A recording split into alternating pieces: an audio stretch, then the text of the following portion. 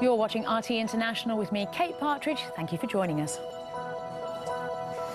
A spokesperson for the US-led coalition against Islamic State has confirmed that additional American forces have been deployed in Syria. We are talking about an addition Satin here in Syria.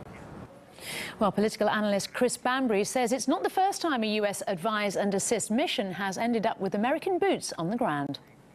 Of course, we know from history deployment of this heavy weaponry. Well, US troops were first spotted in northeastern Syria, where they've been moving to head off potential clashes between rival forces near the town of Manbij, which is only 71 kilometres from Raqqa. US flags on armoured... Unfortunately. Well, the US deployment comes as the anti-Islamic State campaign intensifies in Syria. The latest breakthrough has seen the ancient city of Palmyra liberated by Syrian and Russian forces. But as defeated ISIL fighters leave the area, traces of their atrocities have been found. Our correspondent Lizzie Phelan, who brought us the latest earlier, filed this report from Palmyra's outskirts, a warning you might find some of the images disturbing. These mountains. With the US now deploying more troops in Syria, another US train and assist mission may see American boots on the ground in Afghanistan. America's top military official says the US needs more troops there, claiming the boost in soldiers would be vital in its mission to defeat a resurgent Taliban. We look forward to. Now there's talk of even more going.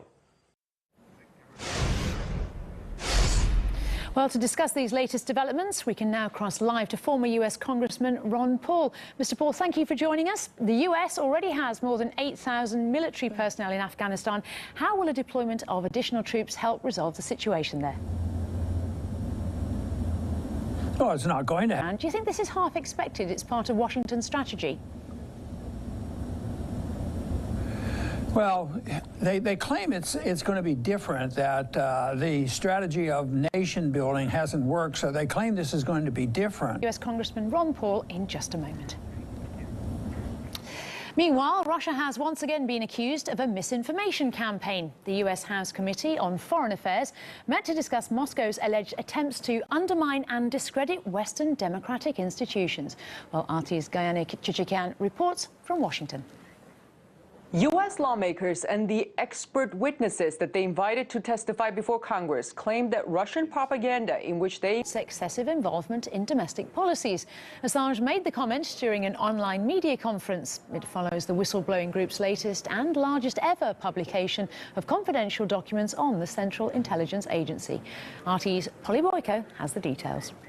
Well, this is the first time we got to see Julian Assange talking after the release of this Vault 7 leak. His latest file dump alleges that American intelligence chiefs could be using Russian malware to make it appear as if Moscow was behind the cyber attacks during the US presidential election.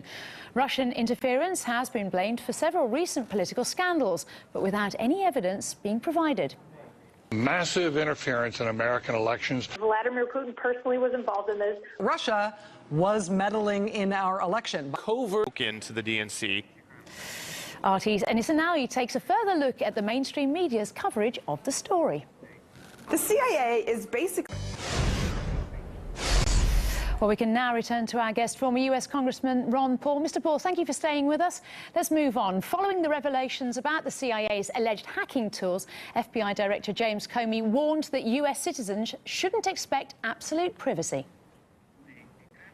There is no such thing. Assange's press conference, CNN actually asked if it was legal for the CIA to use such surveillance tools abroad. Do you think this is the only question that concerns the media, the issue of legality?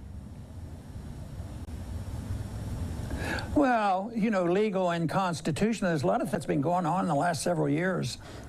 Fascinating stuff. Former US Congressman Ron Paul, thank you very much for joining us. You're welcome. British police have said that Russia's efforts to stamp out football hooliganism have been successful. That was ahead of tonight's game between Rostov and Manchester United in the UEFA Europa League that's already started. It comes as Western media had hyped up security risks for travelling fans following a BBC film on Russian hooliganism and the 2018 World Cup in the country. Well, the match between Russian club Rostov and Manchester United has finished 1-1 in the first leg of the Europa League last 16 clash. Meanwhile, RT's Roman Kosarev caught up with fans in the southern Russian city ahead of the game. Donald Trump faced media ridicule for his remarks about Sweden, but did he have a point after all? The Kaiser Report gets into that next on RT International.